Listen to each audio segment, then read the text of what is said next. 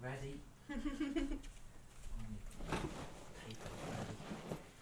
Right, well, messing about. Beck, tell us your intention. So today we're going to have a look at the general theme of money and why we have problems with money, and if this can be related to a past life, if there's some sort of block from a past life. Yeah, but there's a lot of talk about the law of attraction and like the secret, isn't there? You know, there's a lot of people that have been into all that kind of stuff for a few years now. So we're just going to talk about money in general and see if we can come up with anything, and if it can help, if our type of past life therapy can help people to heal their relationship with money and being skinned. Which is something that affects loads of us. Everybody. Can relate to So this. yeah. So I'm looking forward to this. So cool. See what comes up. Yeah. Okie dokie. Right. We're not doing any music today. No music. So. No. Okay, back. So get yourself nice and relaxed. You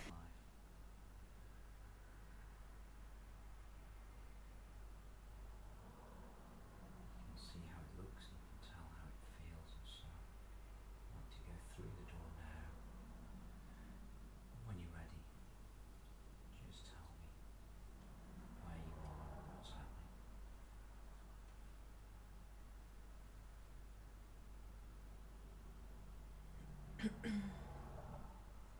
Well, there's two doors. I looked at one door and it was really dingy and old wooden door. And as I looked at it, I saw a life of extreme poverty and a very short life where I lived in a really cold, damp place with no money and no food, and I died really, really young. So I saw that all in a flash. I think it was like medieval times. Yeah. So then there was another door which I went through, which seemed like a better door. And now I'm at a party and it's very grand, and I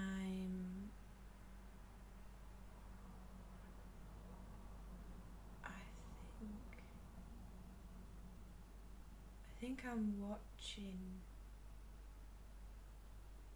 some sort of royal event.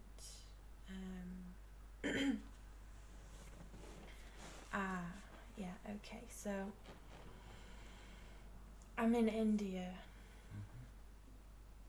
and I'm in this really huge hall room. There's a lot of gold, there's a lot of flowers decorated everywhere.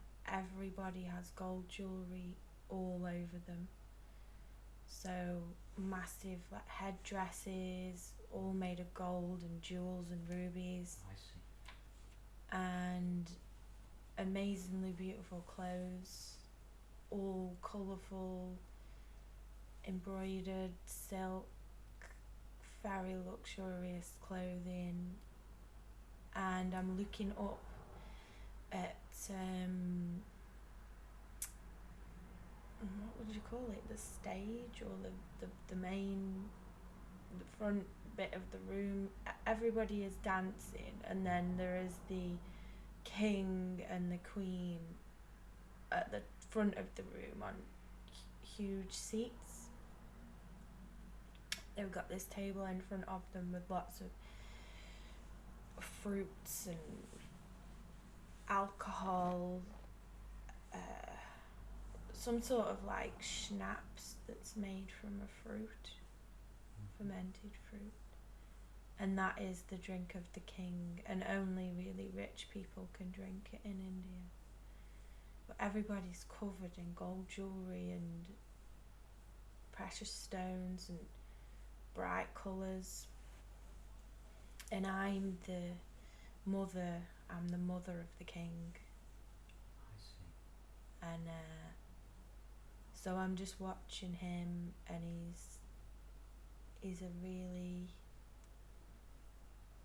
sort of fanciful king. He enjoys the spotlight a lot. And he's really good at doing the whole regal rich thing. He's funny. He's funny with it. He plays on it. But he is a good person. Yeah. But he's my son, and he's about 28 now. And his wife is really beautiful, really small, very petite, beautiful, and she's really polite and supportive of him, and they're actually in love, which is nice. That's what I wanted for him, you know. I didn't want him to have one of these other girls from the noble families that he didn't like. But luckily he met this girl at another royal event, and they were really attracted to each other, and she was already of quite a noble status, so they were allowed to get married, which is nice. And there's a lot of music, a lot of dancers, and they have bells in their hands that they do this with. Makes a really beautiful noise. And how are you feeling? I just feel so happy and satisfied for my son and for myself, and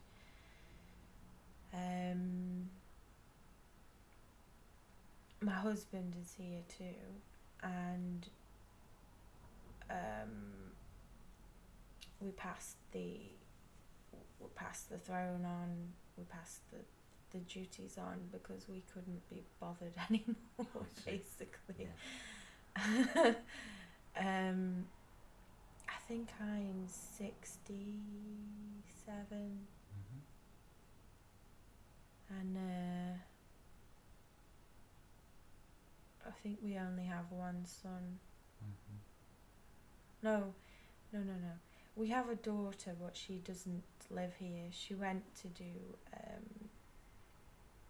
charity work in the mountains, and she's not really into this life, so we just let her go off, and she does what she wants. I see. She doesn't want to be... She uses her royal duty well, but she doesn't want to be like us in the lap of luxury. She wants to go and help the people, so she works doing charity work in the mountains, and I think she's in school at the minute. How do you feel about that? Great. She's really happy. We send her the clothes and the things that she needs, so we know that she's safe as well. She's got a advisor with her, an uncle. He travels with her and keeps her safe, so we know that she's fine, and she's happy serving the community and getting involved in projects. She wanted to be a nurse, which she will do. She likes doing lots and lots of different things, so at the minute she's in a school teaching the children, and she writes to us, that's great. But our son, he was much better to fill the shoes of a king. Oh, I see. He's very good at it. Better than we were, actually. Yes. Mm. So I'd like you to take all of that in and then just roll forward to the next really significant and relevant part of life, and when you're ready, just tell me what's happening.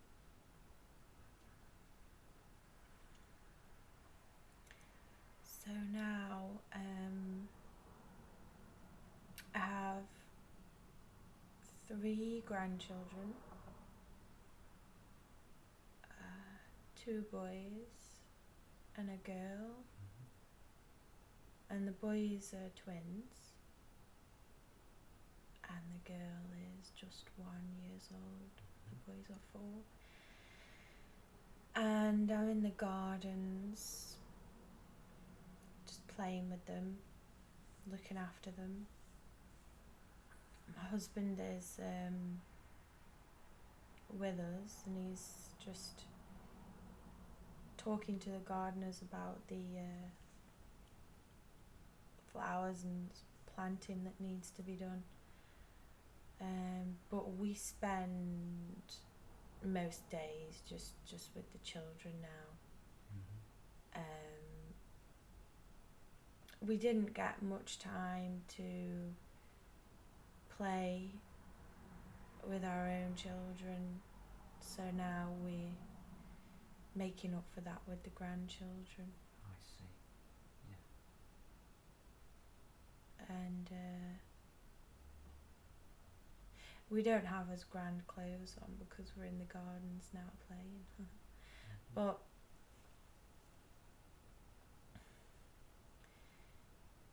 we do have everything that we need, and we've never thought about food or money. Everything's planned for us, so there's set meal times which is organised by the chefs, and we've got advisors that tell us to get involved with certain community projects, and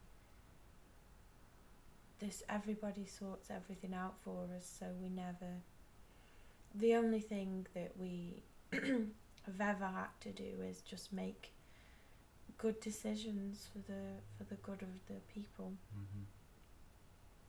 And we were good at that, but my son and his wife are much better, and they're doing really well. And everybody loves them, but we're only the royal or noble family of a certain province. It's only a small area of a few cities put together, and then the countryside around it. So it's not a huge responsibility. It's just a small task. And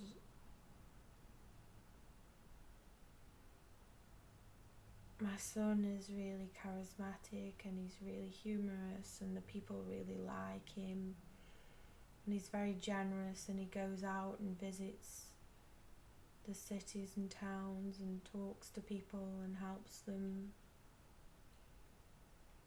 and everybody loves him because he's funny, and quite often he'll invite members of the general public, so a farmer and his wife, and they'll come to our ball and parties, and they get spoiled and pampered, and then they go back home and tell all the friends, and we like to spoil people a lot and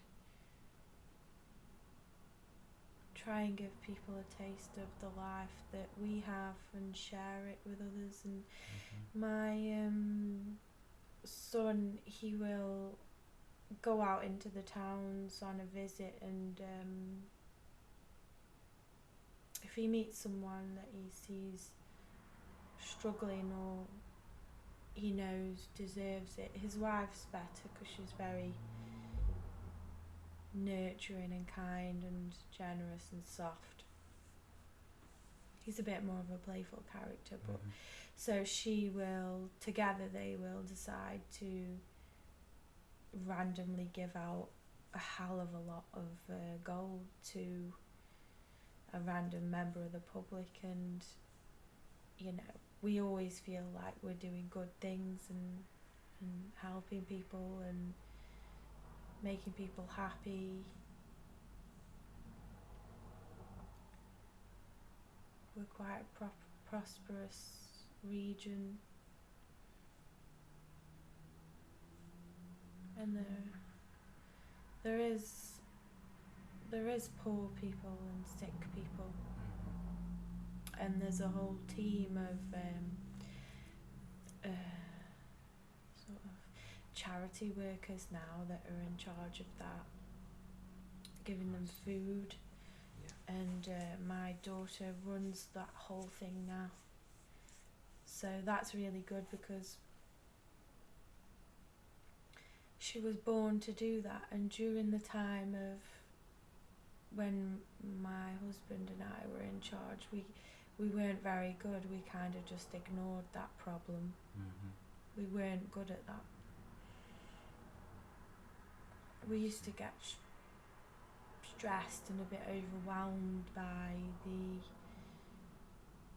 responsibility and the tasks, and that's why our children are much better than us at this whole thing. So we're really happy now.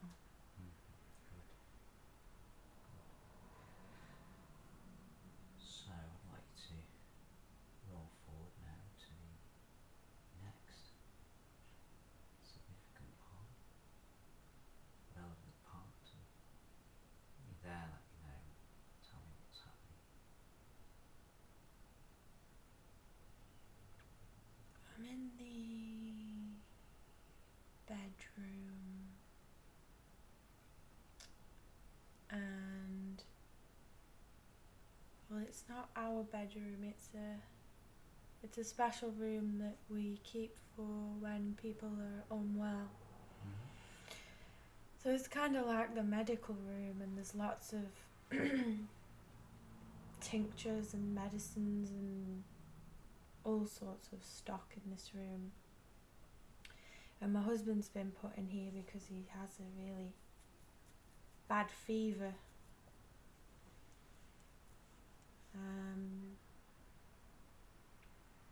And he's just really, really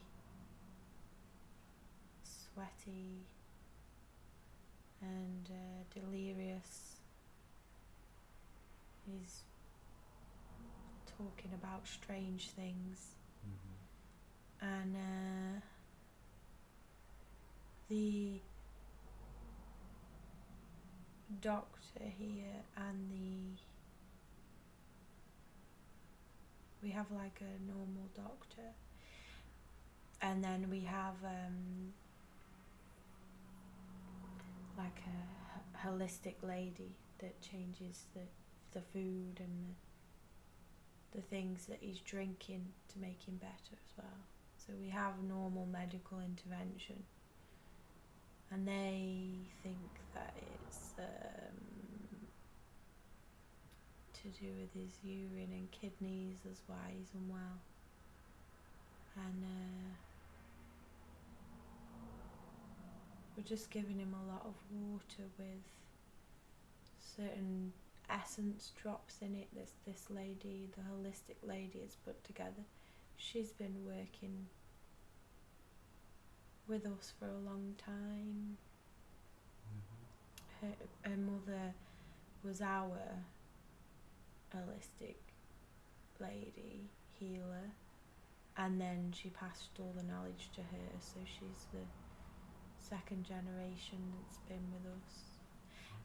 And she's giving him all these tinctures and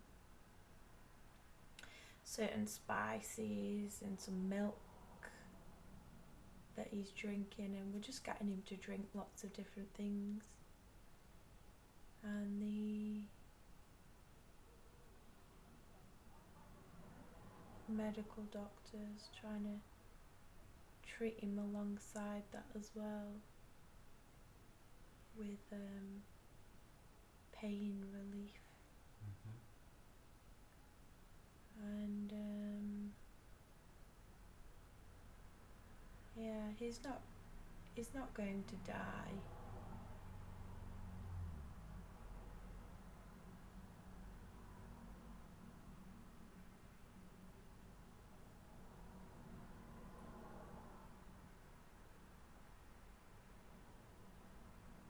And really, the whole of this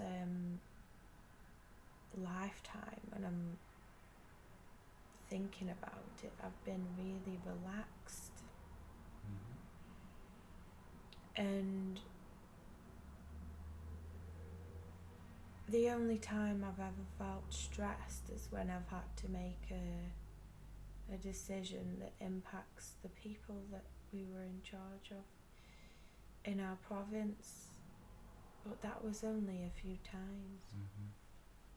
And I think that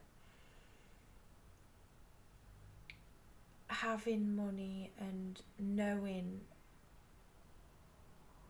that life is abundant just brings a sense of relaxation and peace, and it helps you to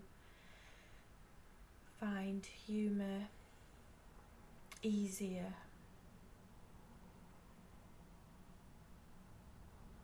And that's one thing we noticed, that when people are going without or struggling to get food out in the cities, they seem to have lost all of their humour. And that's why my son is really good, because he goes out to those people and he spreads comedy and light-heartedness,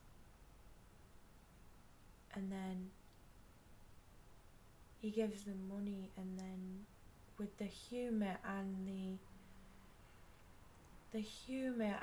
the comfort of knowing that there is a next meal, that brings a feeling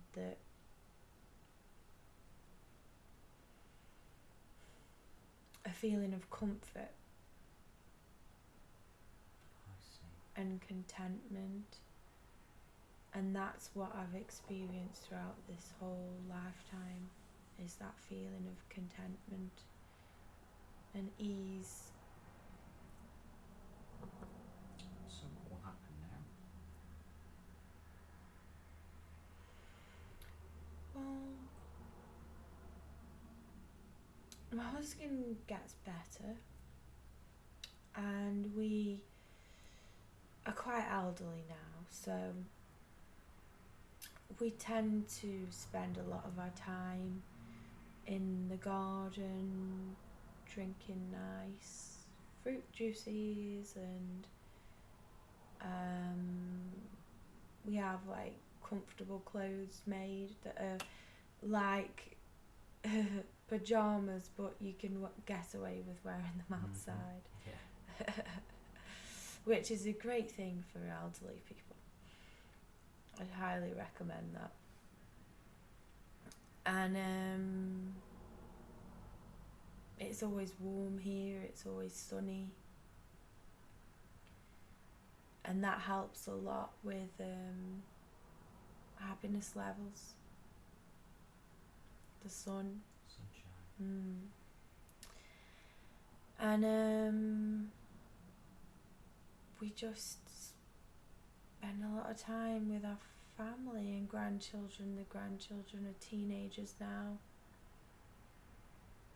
and they're exploring all their musical interests and various talents and interests that they have. the twin boys might carry on and rule together, but my son wants to carry on until he's dead. Yeah. So that will be a long time. I see. And everyone's very healthy and happy. And we concentrate on health in terms of herbs, hydration, and fruit. They are really, really important, and we spread that into the community as well. The knowledge of keeping a healthy, hydrated body in this heat. It helps people with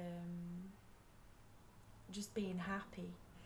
So we make sure that the fruit trees in every street are public and well kept. We have community gardeners that make sure that the fruit trees and bushes are looked after in the community, and then the people can just take what they want, and it keeps quite a healthy population and keeps them all happy, and the children can just go and get a snack from the roadside whenever they want, which is really, that's been one of the most, it's a small thing, but that's been one of the most successful things that we've done in terms of not keeping the fruit just on the farms. You know, the fruit should be free for everybody. It grows on trees. Sure. You know, there's a saying that gold, money doesn't grow on trees, but the fruit does. Yeah. And you know, therefore it should be open to the public. Okay, I'd like you to go forward now to the point of your death. And when you're there, just tell me what's happening.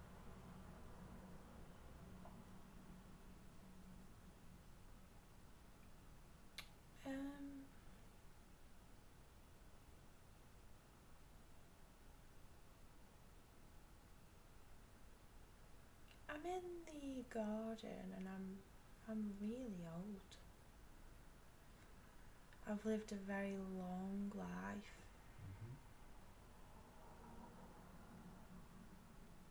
And we're both really old. My husband's still here. And we're just walking really slowly because we can't walk very fast anymore. And we're just arm in arm, looking at the flowers and the plants in the garden.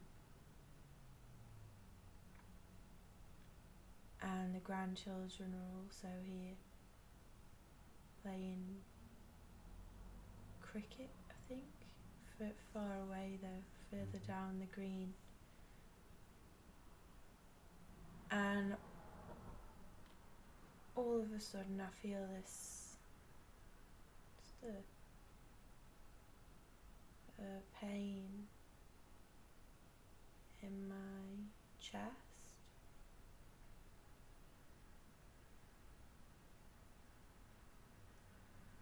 And it's quite a strange pain that just takes my breath.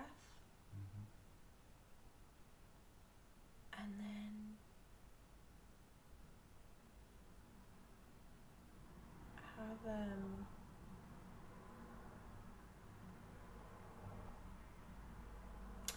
strange feeling in my arm. So I sort of lose the grip on my husband's arm on this side, and then I fall and he tries to catch me, but he's so elderly that he falls with me, because he tries to Mhm. grab me and he comes over as well. And then I am just trying to breathe on the floor for a little bit. And he's shouting now because I think he might have broken a bone from the fall because Mhm. we're so frail. Sure.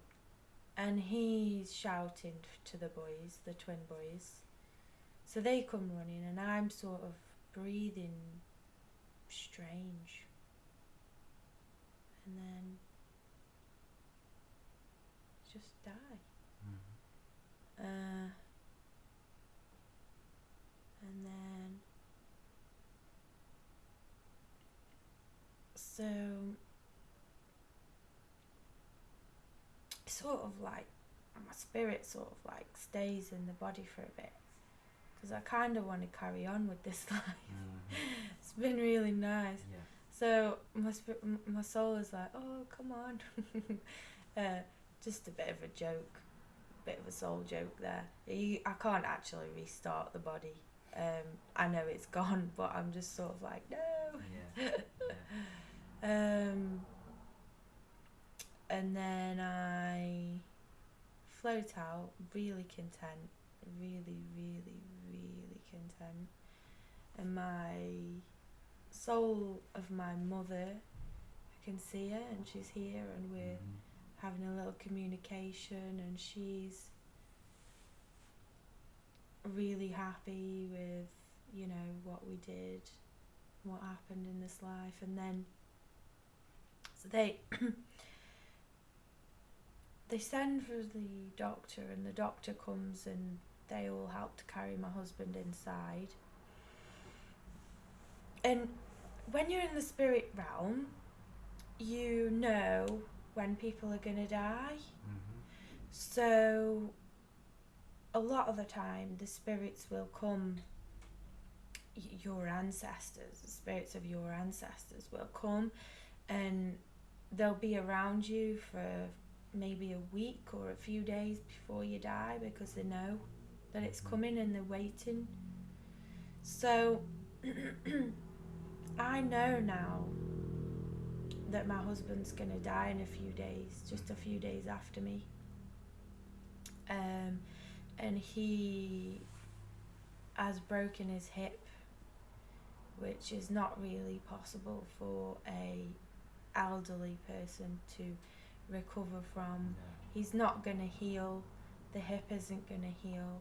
He's going to get an infection in a few days, and then he's going to just pass away quietly. Mhm. So, and he will be in the medical room. I can see all of this happening before it happens as Sure. a spirit.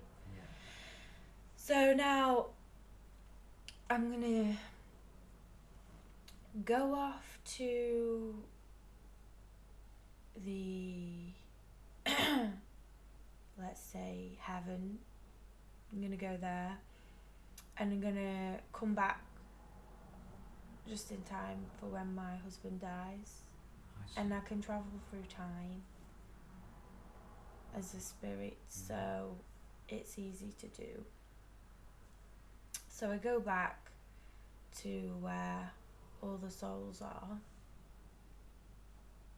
and it's really light here and really happy and pleasant. And we're talking about what we're not talking because we don't have mouths, but we're communicating telepathically, energetically, about what I'm gonna have to do next, and me and my husband's soul are gonna have to experience quite a lot of strife next, because we've both had lives separately, me and my husband's soul, where we have been really poor and hungry and quite miserable and died. And then we've had this life and other lives where we've had lots of abundance and longevity and peace and contentment. So we're going to experience a few lives now, we've decided, where we get both. So we're going to experience ups and downs to really... So to experience richness and poorness and richness and poorness and richness and poorness and ups and downs in one lifetime really gives you more of a balance, and the soul learns a lot more from that. And each time you go through a period of not having much money, you learn another lesson. So you'll learn in a lifetime when you're on and up and you've got a lot of money, you just sort of enjoy yourself and spend money and you don't learn much. And then when you go on a down and, oh God, you know, we haven't got much money again, or we've had to pay this massive bill, that first time you might learn how to enjoy the moment. So say if you're a young couple and you've ran out of money and you can't go out for the nice meals you're used to going out to, and you can't go on any holidays, then what you have to learn is how to enjoy yourselves in each other's company, in the home, with very little, cooking simple meals. And then you learn how to enjoy the moment, and you can reach a level of contentment through poverty. It's possible. And then the next year you might be a young couple with a baby, and say your family have helped you out a lot because your parents might be really excited about being grandparents, and they bought you a cot and they bought you a pram, and so you're on the up again, and you're comfortable, and you've got a small baby and everything's nice, and you've got enough money. So then you'll learn gratitude for loving family members and how to receive gifts, and so then you're learning another level of love again. And then you might go down again when the children are small, and perhaps something's happened, or you took them on a holiday that you couldn't really afford because you wanted to spoil them, and then you know it was a bit of a mistake, and then you've got no money again. And then with small children you'll learn again, maybe you'll learn a new level of creativity, and you'll learn that with your children, because you're going to have to play with toilet rolls, or you're going to have to play with rice, or you're going to have to make games and be creative, and then you're reaching a new level again of understanding of simple enjoyment and simple things. So if you experience a lifetime where you're always up and down in terms of abundance and money, you're actually learning and growing as a soul a hell of a lot. And you're actually doing it with other people, other souls as well, which means you can reach new heights of love. So if you're in a couple or a family unit and you go through times where maybe your children are teenagers and you have to explain to them, you know, you can't have what you want this Christmas, or you can't, you know, mum and daddy are struggling, or and that will make your children more mature. It's maturing your children, because they are learning, you know, mum and dad are actually just humans, they're not superheroes, and you'll reach a new level of compassion and love within your family unit as well. So there's great benefits to going through times of not having any money. And this is something that humans tend to not understand until afterwards when they look back. But really what they need to do is, in times of struggle, is just really get in there and learn what you're supposed to be learning. Maybe, you're supposed to communicate with your family and tell them that you're struggling, and then they actually might have the ability to help you and share, and then you're teaching your other family members about giving. Mm-hmm. So there's so many levels of love that can be actually reached in times of great difficulty. And in times of great difficulty, you can actually learn about the darkness and the lightness within other people, and who they actually are to you. You can learn, maybe you lent a friend £100 and then all of a sudden you need it back because you're struggling, but that friend doesn't give it you back, and then you can see the selfishness in someone. Sure. And then you can learn so much about the darkness and light in people in those times. Mm-hmm. And there's also layers of learning about how to be honest with others, because humans can tend to put on a bravado of, I'm alright, I'm alright, and someone can ask you a question like, how are you feeling, how's everything going, and you could turn around and go, oh, I'm alright, yeah, everything's fine. Mm-hmm. Or you could actually turn around and say, actually mate, I've got no money and struggling a bit and don't really know what's happened, and then that gives an opportunity for that other person to offer you compassion and love. Sure. And maybe they might just go, might be in the pub and they'll go, oh, buy your pint mate, come on, you'll be alright. And that's an exchange of love between two souls then. And it's such a massive, beautiful interaction between two souls, and that can't happen if you never go through difficult times. So it's all layers and layers and layers of learning and loving and interacting with others.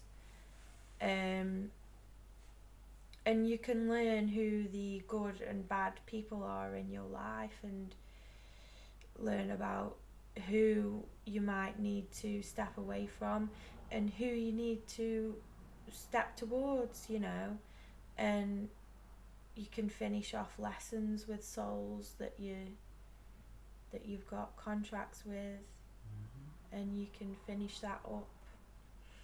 And there's so much to be gained from the system of money. That's why it exists on Earth. How I've just explained all those different interactions and lessons.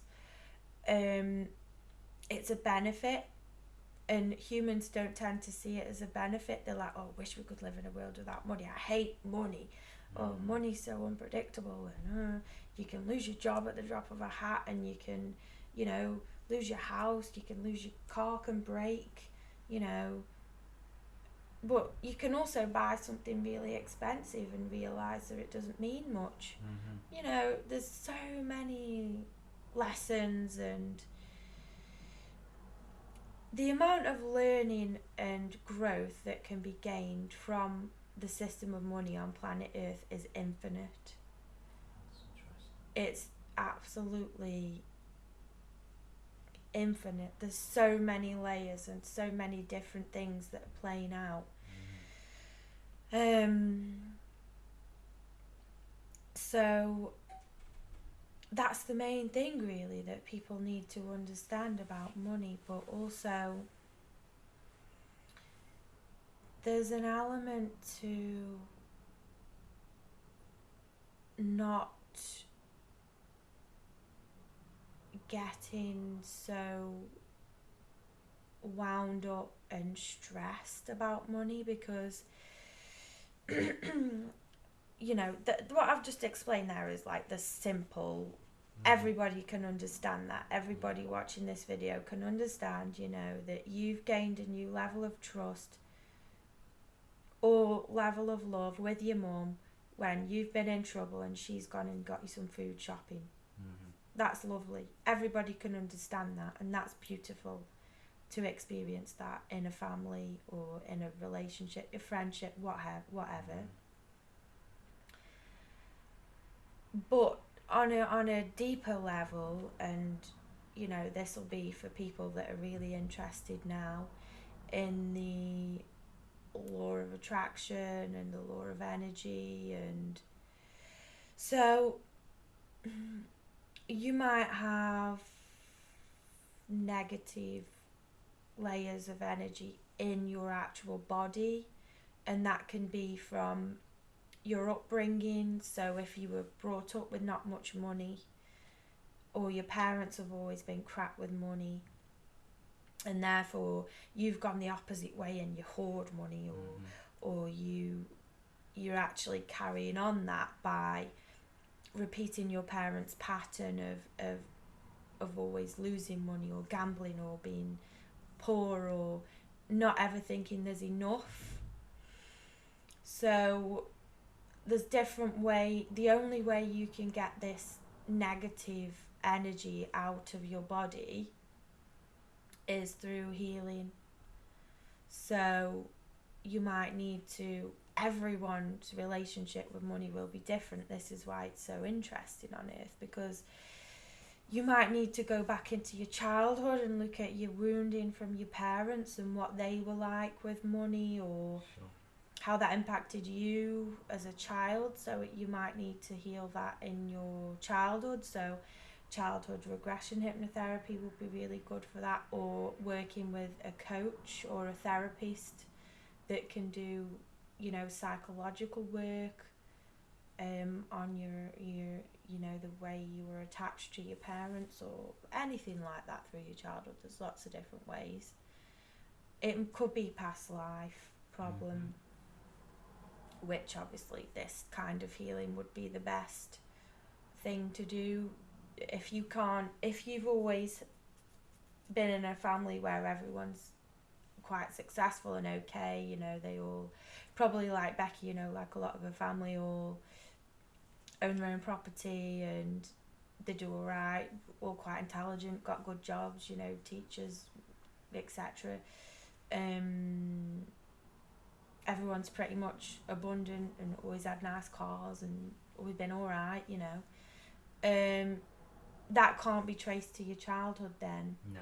Or your upbringing, or your early youth, or, you know, your early 20s or whatever. So if you can't trace it back to your own childhood in this life, that would be the first thing you'd look at if you were struggling with money. So you'd look at your own childhood.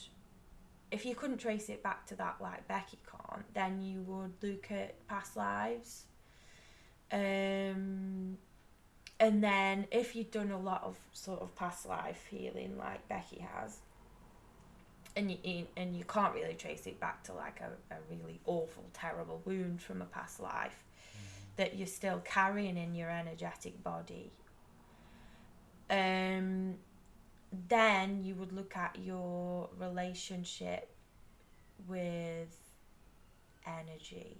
So day to day, people's emotions have an effect on their reality. So this is quite a deep subject, and some people might not believe it or agree with it because it's quite a deep, but people that are working at a certain level of the soul will understand.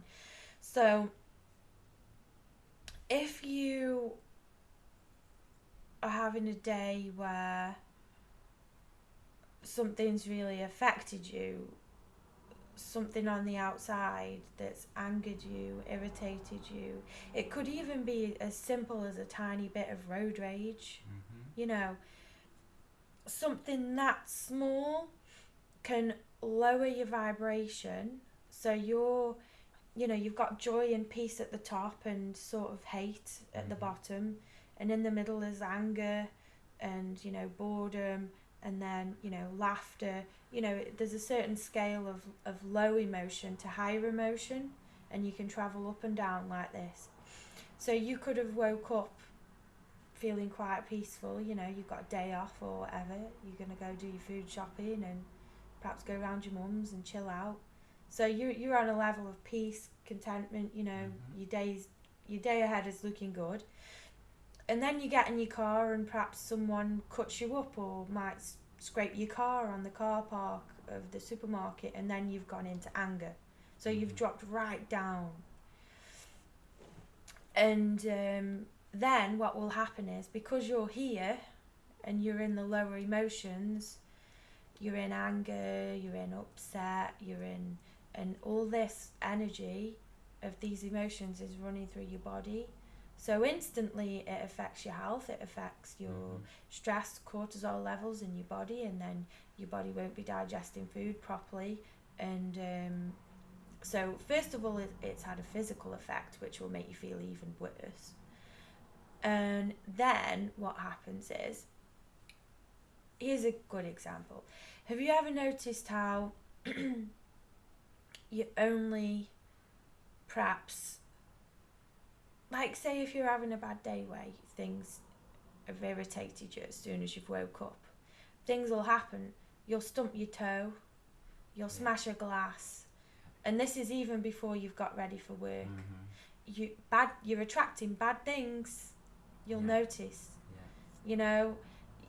Even as simple as in the house getting ready for work, you've woke up in a bad mood, something's happened, and then all of a sudden you've stumped your toe, you've spilled your coffee all over your clean shirt for work, you have to get changed, then you're in this pattern. Then you're annoyed, you'll get in your car, you'll come across traffic in places that there usually isn't any traffic, so then you're getting even more annoyed, and you'll get into the office, and then someone will have a go at you as soon as you come in for something you did wrong yesterday, or you've underachieved on something, you'll have an email off somebody about something that's crap. And all of this is a rolling, your energy is making this carry on. It's a rolling, you're in an irritation energy, and it's rolling, and it's going to just continue all day. So what you need to do when you have these kind of days, which all humans will a lot, because the world is quite an irritating place. So you need to nip it in the bud as soon as it happens. So say you've got up for work, and you've stumped your toe, and you're irritated, and you're making a cup of coffee and you spill it. Catch yourself. I'm going to get annoyed now, and this is going to go into a rolling thing, and it's going to affect my whole day. So what you need to do then and there is whatever is best for you. You need to figure out what works for you. So you might need to blast some really loud music and shout, and then it's out. You've got that energy out, and then you feel okay. And then your day will carry on, and you'll have a nice lunch and a nice relaxing day, because you've got that irritation out of your body at that moment. I see. By shouting along with some loud music, if that's what you like. If you're more of a sort of gentle character like Becky, say what Becky would do is to perhaps nip in the shower, and in the shower she'd imagine like the water is actually cleansing that emotion out of her body, and perhaps like open the window while she's in the shower so she can hear the birds, and breathe in some nice fresh air with the water, cleanse, and then you've sorted it, and you've got all that irritation out of you, and you've come back up. So as humans, everyone will find different methods of things that they need to do depending on your character and things you enjoy. But being in a human body and being at one with the law of attraction is being in a constant state of monitoring your energy and emotions. which sounds like really hard work. And it is at first when you're first learning the process, but then it's sort of comes naturally. Once you get in the pattern of knowing what you need to do and at what times, it'll just come completely natural. So say, you know, some of Becky's friends really know that meditation works for them, even if it's 5 minutes. So if they're in a really crap situation at work and something's going wrong, and you know they're trying to complete a task at work and it's just not going the right way, go in the toilet, sit on the toilet and just meditate for 10 minutes. There's no harm in taking that 10 minutes away. And then your energy will be back up into a place of peace, and you'll realise that you actually go back to work and complete that task in the afternoon completely easily. Because your energy is attracting things to you. If you're in fear and you believe that the world is a bad place, and say you've got £100 in your pocket that you've just drawn out of the cash point for something, and you're walking around town thinking this town isn't safe, I'm going to get robbed, you know, even if you're not consciously thinking that, but your whole energy is of fear, because you're a bit paranoid because you know you've got a bit of more cash than you'd like to have on you walking around town, you're going to attract someone trying to rob you. Because it's just the energy you put out is what you get back. So if you're, you know, chilled out about this money that's in your purse, and you sling your purse in your bag, or you sling your wallet in your pocket, and you know that you're safe, and there's bad people out there, but they can't have an effect on you. You're going to be fine. You're going to just walk through town relaxed and nothing's going to happen. If you're always fearful, you're just going to attract things that are of a lower vibration, parking tickets and things that you don't want. If you're there's a thing called the emotional scale, and if you go on Google and just type in emotional scale, go on images and you'll see it. The top is where you want to be all the time. The bottom is what you want to avoid. Obviously you're not ever going to be able to avoid it 100% of the time, but what you need to learn for yourself is how to get out of this bottom bit and into the top. And it'll be different for everybody. It might be, if you've had a bad day, you need to come in and watch some comedy or something on the telly. You know, everybody's different, and then you'll go up from sadness into humour, so you'll be up there again. And is humour one of the best ways to raise your vibration? Humour is the best tool that humans have. You know, and British people especially, British people can laugh at death.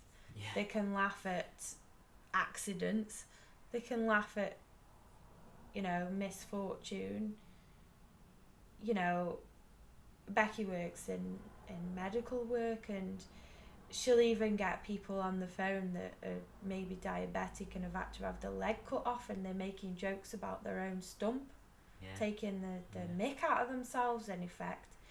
And this is how to make light of a situation. It's to bring yourself from the darkness into the light, make light of the situation. So humour is great for that, and humour is one of the best tools that humans have. Definitely. So what lessons can Becky learn? Well, Becky needs to learn that over the past few weeks she has been taking things far too seriously. And not laughing enough about things, and she's perhaps been getting dragged into conversations with other people that she wouldn't usually have anything to do with. Like, she's usually a very peaceful person and doesn't get involved in gossip or fear mongering or complaining or you know, any sort of talk that's like hating on anyone. Sure. She doesn't get involved. She's never got involved in any of that, and maybe because her vibration's been a bit low, she's perhaps, because she doesn't have as much money as she usually has, so she's been getting a bit bored, because she usually likes to, she's a Leo, so she likes to go out and spoil herself, basically. And she's probably been a bit bored, and therefore boredom's in the middle of happiness and fear.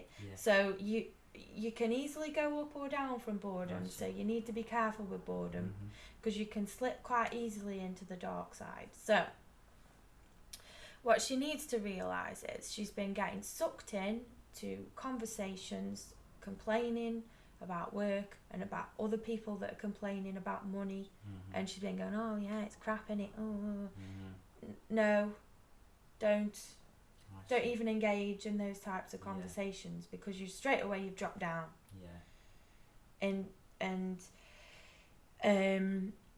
So she's let herself slip on that one, which is quite unusual for her, really, to be honest.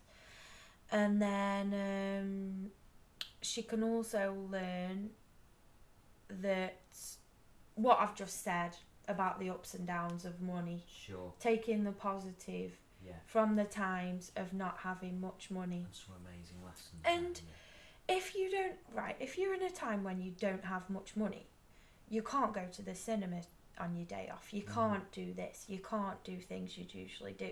You can't go out and spend money. You can't go out and treat yourself. What can you do?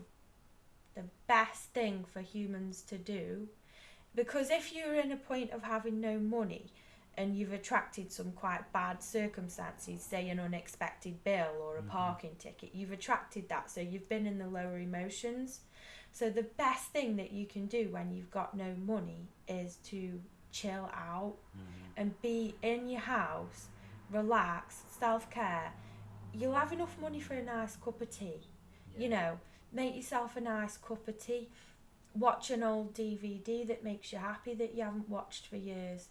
You know, you can really like soothe yourself during these times. And you said something interesting there. What you tend to think about I can't do this. Yeah. And you said think about what you can do. Yeah, what you can do. That's important. And a lot of it will be comforting, soothing, nurturing things. And then for other people, you know, like maybe you enjoy drawing or creating something and you haven't had time to do that for a long time, so you can sit in your house with a nice pen and pad and just chill out, and it's a good time to like soothe yourself and look after yourself and comfort yourself. You know, it's likely that you're still gonna have enough money for a nice bath, or you know, you can even take a slow walk to the shops and buy yourself a nice tin of beans and take the pleasure and go to the till and you've only spent 75 pence and go to the till and find pleasure in the fact that you can do it, you know, and that's confidence in yourself then. You know, you can do this, you can get through. So it's a different sort of achievement, isn't it? Yeah, it's an achievement of, it's strength, isn't it? It's a strength to be able to get through tough times. That's right. And so you've just got to look at things in a different way, and that's what Becky needs to take on board at this difficult time. She hasn't been looking after herself well. She hasn't been looking after her physical body well at all, drinking enough water. These are all things that you can do. These are all things that you need to manage in terms of your vibration, because if your body is getting run down, your emotions are going to go with it. So you're going to go straight back down into a depression or a fearful state. Whereas if you do have a nice walk to the shops with a bottle of water in your hand, drink it, buy a nice tin of beans and perhaps, you know, a bag of apples. You come home slowly, you've actually given your body some exercise, you've given it some nourishment, and you've given it not rushing. Yeah. Because you can live in such a over-rushed, you can survive as a human in such a over-rushed state. So that's one thing to look at if you're attracting really bad things, unexpected bills, and you maybe haven't got much money. Look at what you've been doing. Have you been rushing, not looking after yourself? Have you been not meditating, not keeping a hold on your energy, not seeing people that you love, you know, all these things. Maybe you haven't had time to see your mum or time to see people that you care about lately. And these are all things that we need to manage to keep us in a happy vibration. So, really, really valuable. Yeah. So what can Becky do now to just take all that healing and integrate it all of those lessons that we discussed? What can Becky do now? Well, what she needs to do is to slow down and look after her physical body a bit better.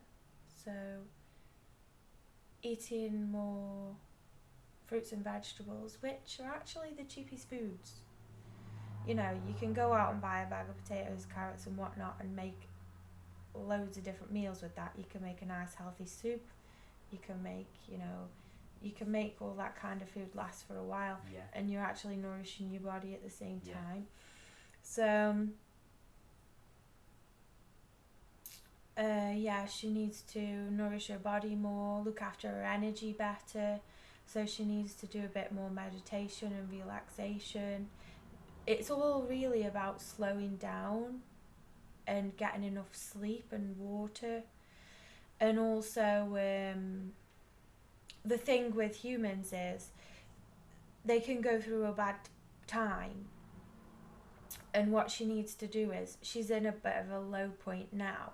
So she's letting that affect how she feels about the future. So she's thinking, oh God, I might not have enough money for this next month, or I might not. And what's going to happen next year if this carries on, you know? Like, you know, you can start going into an overthinking, forward thinking. No situation is ever permanent in the human realm. It's actually like the most fluid realm that there is. Like, things can like change like all the time. And it is actually all down to you. So it'd do her good to like chill out, watch a good funny film, look after herself, drink like several pints of water in one go. You might think, well, drinking several pints of water in one go is not going to help me when my bank account's on minus 100 quid. No, it actually is, because it's all about your energy, and your vibration. So you've got to think in terms of small, in the moment things that you can do.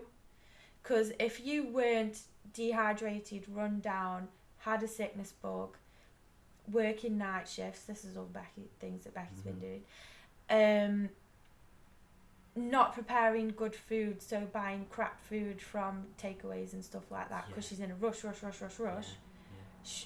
If she'd have nipped that in the bud in the beginning and actually gone, no, I'm going to make myself some nice pasta and go and buy some salad and take the time, she might never have got to the point where her bank account would have been in minus 100 quid, because she would have taken care of the situation in the moment. That's the thing with humans. We need to be in the moment, and rushing is a major like cause of stress. It's just rushing, going here, going there, doing this, That's just not going to help at all with your emotions, and that is going to attract, if you're in bad emotions, that's going to attract really bad things. So we could have thought this session was going to go really deep and like, well, but it's not. It's actually all really simple. It's really simple stuff. And people that tend to have a lot of money, they believe that they deserve it, they believe that they're worthy of it, and that's a huge thing. And B, they tend to be people that really do enjoy spoiling and pampering themselves, and that keeps you in quite a high vibration. I see, that's interesting. Yeah. So they will be people that will go, no, I will treat myself to that nice chocolate bar. No, I will. You know, they're not self-punishing people. They're people that are like, no, I actually do think that I am cool and I should have that car. You know what I mean? Yeah, I do. They're like people that are like... So it's that positive outlook. Yeah, positive about yourself. If you're hating on yourself and going, oh, I've done shit in this and I've done crap in that and I don't deserve that nice meal, and you won't get it. you're just gonna stay there. You're gonna stay in that low energy. So you've got to find your own ways of bringing yourself up. That's really, really, really quite simple. That's the law of attraction. Very profound. So Becky, if you want to integrate all of that now, and then when you awake, you're just going to find every situation hilarious. You're just going to laugh at absolutely